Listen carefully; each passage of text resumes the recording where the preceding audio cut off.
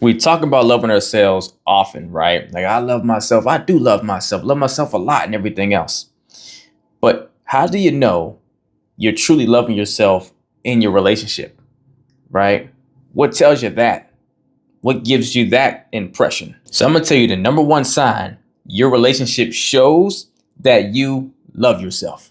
But before I get to the sign, I just want to say, don't be confused, right? If you claim that you actually love yourself and you are living as a representation of that, then the world around you should reflect it as well.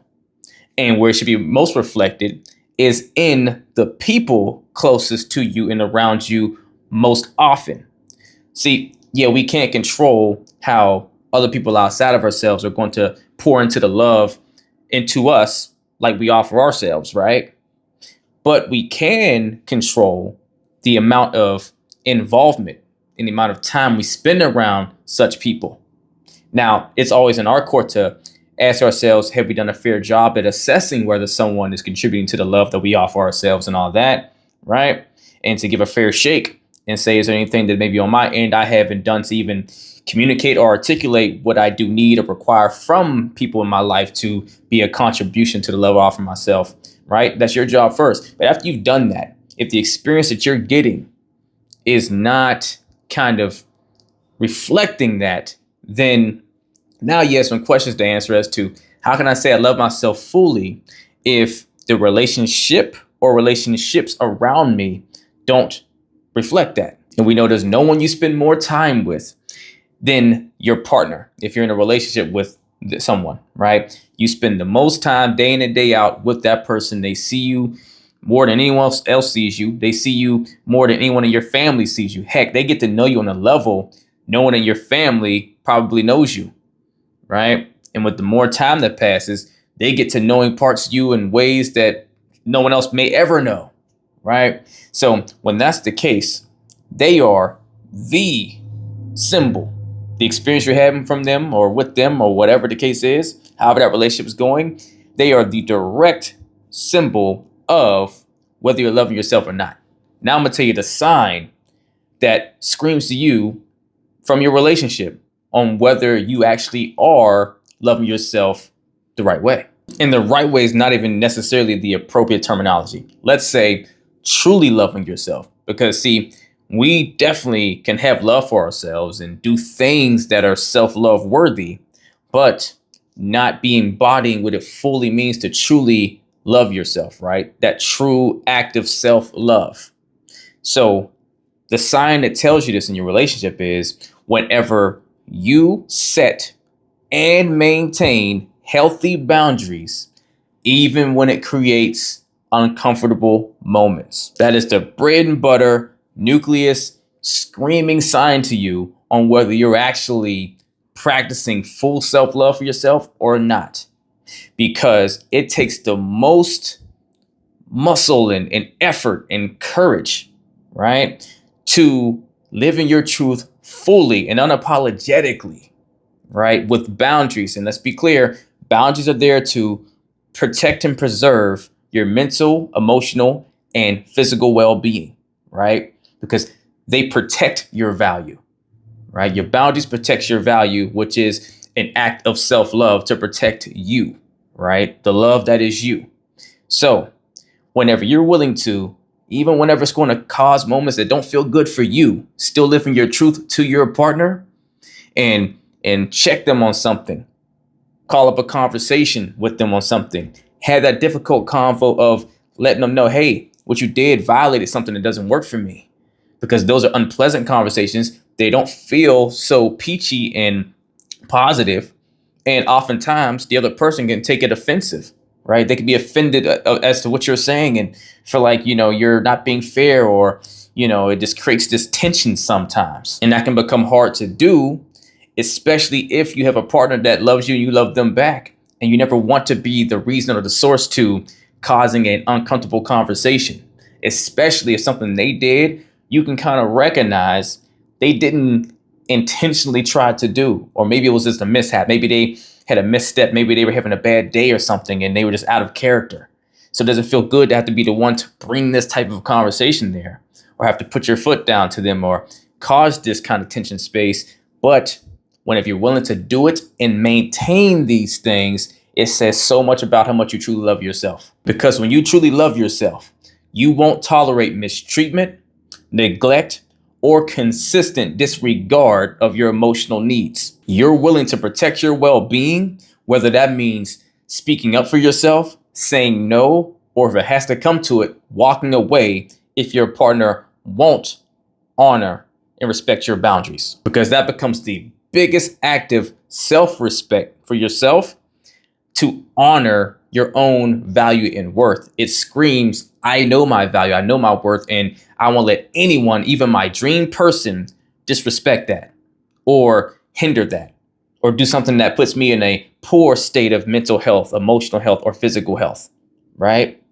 Whenever you have that level of prioritizing that you do for you, that is the biggest sign of true self-love that you ever can do for yourself.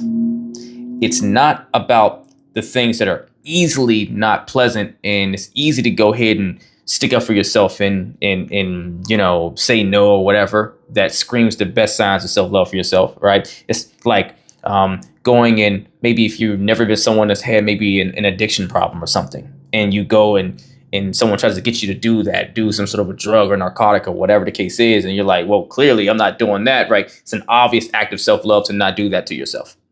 But it's much harder whenever the person in front of you is something or someone you really desire and really want, and you really feel is good for you overall, or you really enjoy it or everything else. You desire that person, that thing, and you're still able to say no or set a boundary that protects you.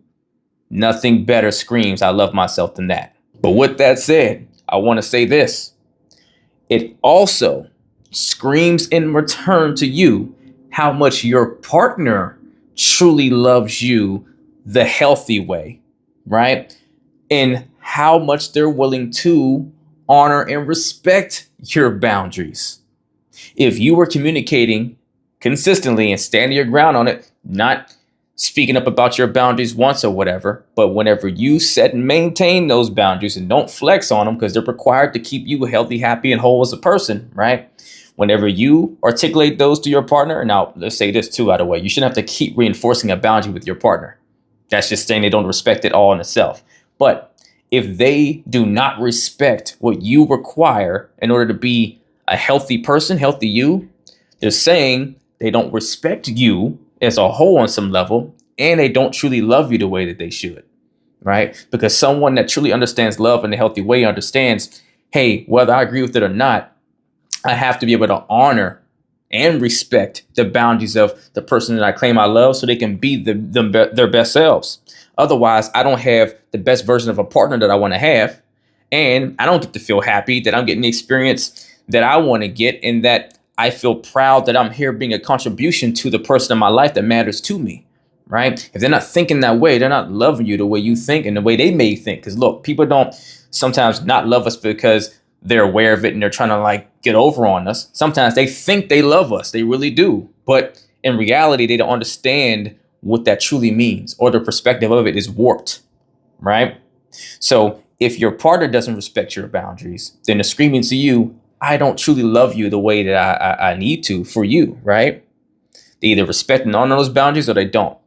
Because if your partner does truly love you, let's say that you've been on a journey of self-love, and you've been learning new things about standards and boundaries that you never thought of before. And so now you're trying to start to implement and set those boundaries and those standards in your relationship with your partner. Now, yeah, it can be a bit of a mental trip for your partner because they're used to the way things started and began. And so they're not wrong for feeling a little maybe upset or thrown off by this new you that you're trying to become, right? That's fair.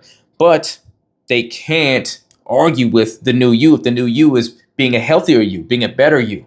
So I'm saying this because if you do have boundaries that you're starting to set and maintain now with your partner, and they're kind of having hard times with it, the thing you want to look out for is, are they actually trying to embrace this new you, even though it might be a struggle, and saying, hey, this is hard for me. Just give me some time. I'm working with some of these boundaries you have that are new and everything else for me.